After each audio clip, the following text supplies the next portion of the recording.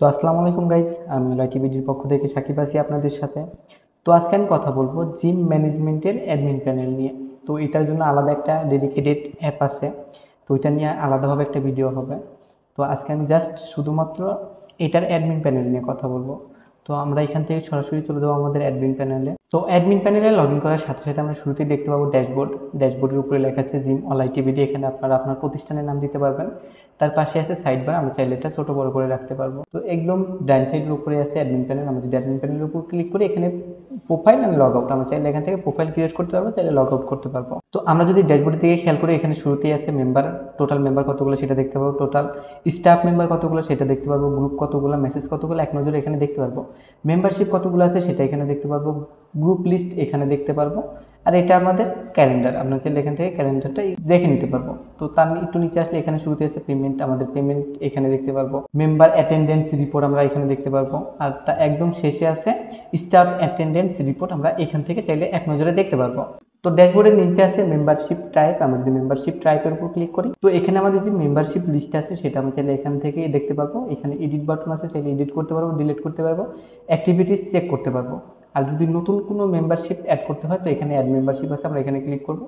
এখানে ক্লিক করার পর এখানে আপনার যে মেম্বারশিপের যে ক্যাটাগরিগুলো আছে, এখানে যেরকম ধরেন মেম্বারশিপ নাম, ক্যাটাগরি ইত্যাদি আরও তথ্য আছে, এখানে তথ্যগুলো ফিল আপ করে এখান থেকে যদি মেম্বারশিপে ক্লিক করি, তো এখান থেকে আমাদের মেম্বারশিপটা সেভ হয়ে যাবে। তো মেম্বারশিপের নিচে আছে গ্রুপ, আমরা যদি গ্রুপের উপর ক্লিক করি, তো গ্রুপে ক্লিক করলে এখান থেকে চাইলে আমরা আমাদের গ্রুপ দেখতে পারবো, চাইলে এখান থেকে গ্রুপ অ্যাড করতে পারবো। তো তার নিচে আছে ক্লাস অ্যান্ড নিউট্রিশন, তো আমরা যদি এটার উপর ক্লিক করি, এখানে শুরুতে আছে ক্লাস শিডিউল, আমরা যদি ক্লাস শিডিউলের উপর ক্লিক করি, তো এখানে আমাদের যে ক্লাস শিডিউলটা আছে সেটা আমরা চাইলে এখান থেকে দেখতে পারবো, কোন ক্লাস কয়টা থেকে শুরু কয়টাতে শেষ, এটা এখান থেকে দেখতে পারবো। কোন ক্লাসে বুকিং ফি কত সেটা এখান থেকে দেখতে পারবো, চাইলে এগুলো আমরা এডিট করতে পারবো, ডিলিট করতে পারবো। নতুন কোনো ক্লাস অ্যাড করতে চাইলে এখান থেকে অ্যাড ক্লাস শিডিউল, আমরা এখান থেকে ক্লাসটা অ্যাড করতে পারবো।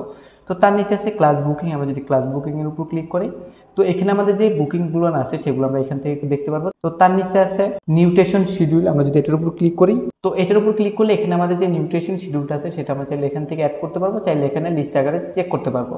তো তার নিচে আছে মেম্বার ম্যানেজমেন্ট, তো আমরা যদি মেম্বার ম্যানেজমেন্টের উপর ক্লিক করি, তো শুরুতে আছে মেম্বার্স, আমরা যদি মেম্বার্সের উপর ক্লিক করি, তো এখানে আমাদের যে মেম্বারগুলো আছে সেগুলো আমরা এখানে এক নজরে দেখতে পারবো, চাইলে এগুলো ভিজিট করতে পারবো, এডিট করতে পারবো, ডিলিট করতে পারবো, অ্যাটেন্ডেন্স চেক করতে পারবো। এখানে অ্যাড নিউ মেম্বার আছে, আমরা যদি চাই কোনো মেম্বারকে অ্যাড করতে হবে, তো এখানে অ্যাড নিউতে ক্লিক করে ওনার যাবতীয় তথ্য ফিল আপ করে এখানে মেম্বার অ্যাড করতে পারবো।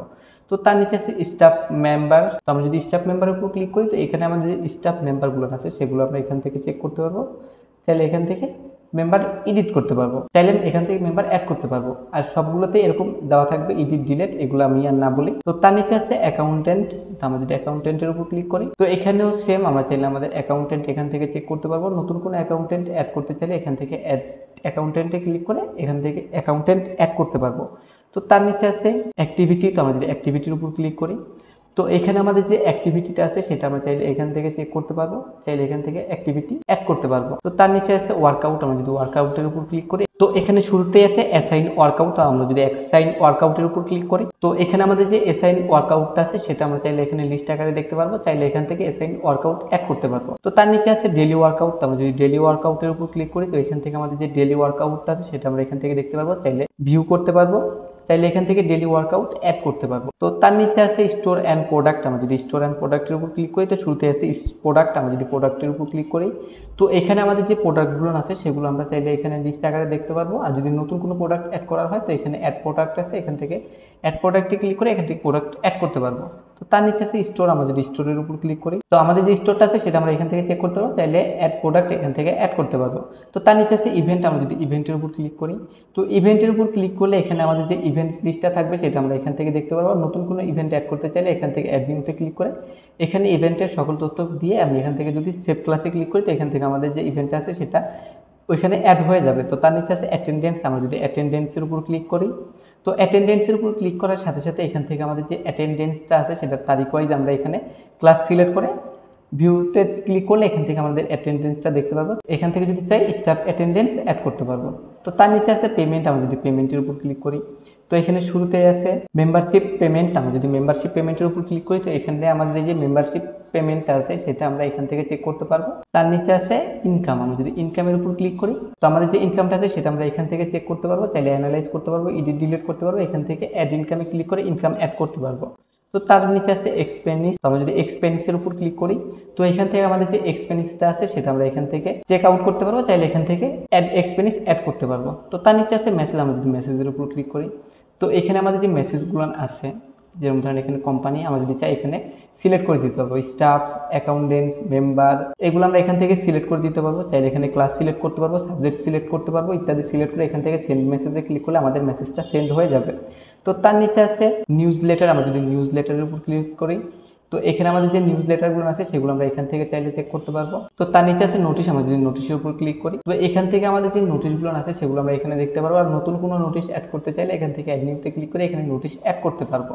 তো তার নিচে আছে রিপোর্ট। আমরা যদি রিপোর্টের উপর ক্লিক করি তো এখান থেকে আমাদের যে রিপোর্টগুলো আছে সেগুলো আমরা এখান থেকে চাইলে চেক আউট করতে পারবো।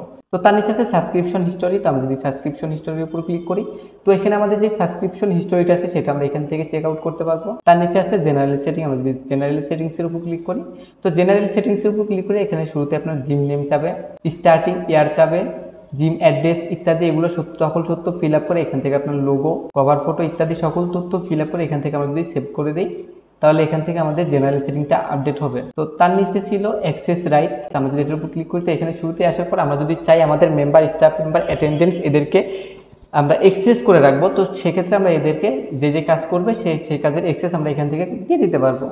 তো আজকে এই অবধি ছিল আমাদের জিম ম্যানেজমেন্টের অ্যাডমিন প্যানেল। দেখা হবে আবার নতুন কোনো ওয়েবসাইটের অ্যাডমিন প্যানেল নিয়ে। ততদিন অবধি সবাই ভালো থাকবেন, সুস্থ থাকবেন।